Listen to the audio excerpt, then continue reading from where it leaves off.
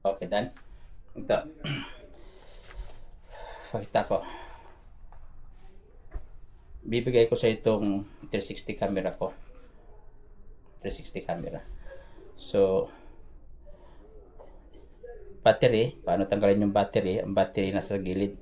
Dito. Press mo lang ng ganyan. Dalawa. Clamp. Lalabas na yung battery. Okay?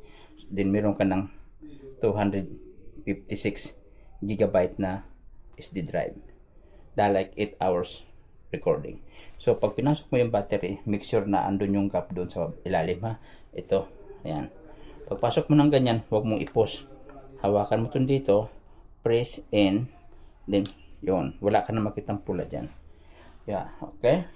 And then, ito, selfie stick kasama. Ayan.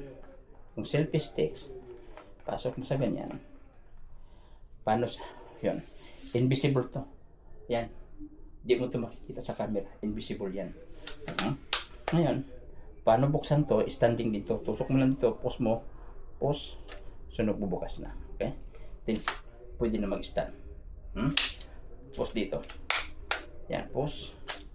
And then, pwede na tayo. Okay? Yan. Tapos, bukod dito, meron pa siyang extra battery. Dalawa. So, total of 3 battery. 1 battery inside, 2 battery, and this is also a charger. So, remove 1, another 1, close. Pag naglubat na, charger to. Saksak mo charger. Ano dito ba? Alright. Salamat. Kay next sunod na padala natin, si The XD The Barber naman kay Dindo. Tsaka si kay Nunoy. Para kasi puro na kay vlogger dyan. Okay. Enjoy sa camera.